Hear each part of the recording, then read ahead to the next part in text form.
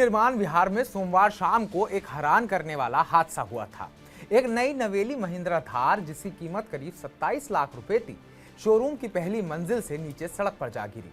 यह हादसा तब हुआ जब गाड़ी की मालकिन 29 साल की मानी अपनी नई एसयूवी लेने पहुंची थी। डिलीवरी के दौरान पूजा की रस्म के तहत मानी ने नींबू को टायर के नीचे रखा, लेकिन गलती से ब्रेक की जगह एक्सीलरेटर दबा दिया। इससे गाड़ी तेजी से आगे बढ़ी और शोरूम के कांच तोड़ते हुए पहली मंजिल से सीधा फुटपाथ पर जा गिरी। इस हादसे में गाड़ी को तो काफी नुकसान हुआ ही था, साथ ही शोरूम की कांच की दीवारें और दूसरी चीजें भी टूट गईं।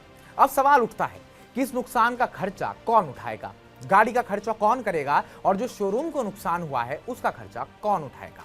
आइए इसे आसानी से समझते हैं कि किसका खर्चा किसके हिस्से आया। नमस्कार, मैं उत्कर्ष प्रताप सिंह और आप देख रहे हैं टीवी 9 भारतवर्ष।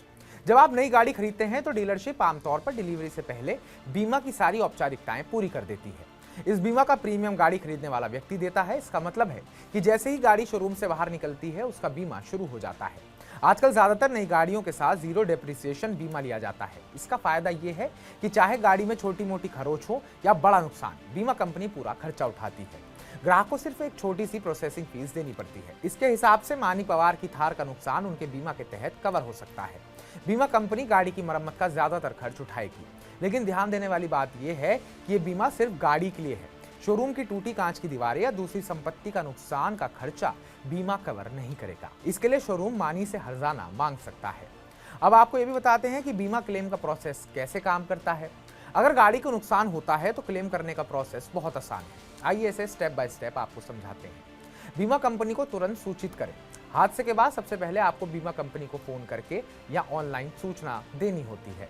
सर्वेयर की जांच। बीमा कंपनी एक सर्वेयर भेजती है जो गाड़ी का नुकसान देखकर उसका आकलन करता है। गाड़ी की मरम्मत। इसके बाद गाड़ी को अधिकृत सर्विस सेंटर ले जाया जाता है। नुकसान की मात्रा के आधार पर मरम्मत में कुछ दिन लग सकते हैं।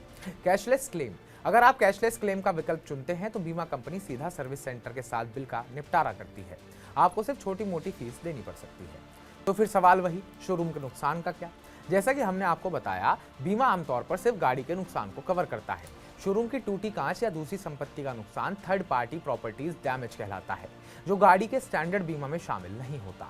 इसलिए मानी को अलग से शोरूम को हर्जाना देना पड़ सकता है। हालांकि अगर मानी ने अपने बीमा में थर्ड पार्टी कवर लिया है तो ये नुकसान भी कुछ हद तक कवर हो सकता है।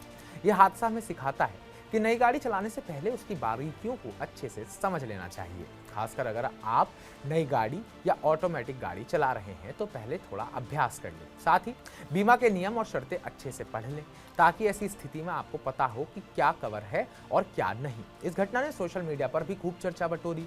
लोग मानी की गलती पर हंस भी रहे हैं और साथ ही ये भी कह रहे हैं कि ऐसी छोटी सी गलती कितना बड़ा नुकसान कर सकती है। अगर आप भी नई गाड़ी लेने की सोच रहे हैं तो सावधानी बरतें और बीमा के बारे में पूरी जानकारी रखें। अगर आपको बीमा या इस हादसे से जुड़ा और कोई सवाल है तो हमें बताएं, हम इससे और आसान तरीके से समझाने की कोशिश करेंगे। बाकी ताज़ा अपडेट्स पाने के लिए टीवी 9 भारतवर्ष को सब्सक्राइब करें।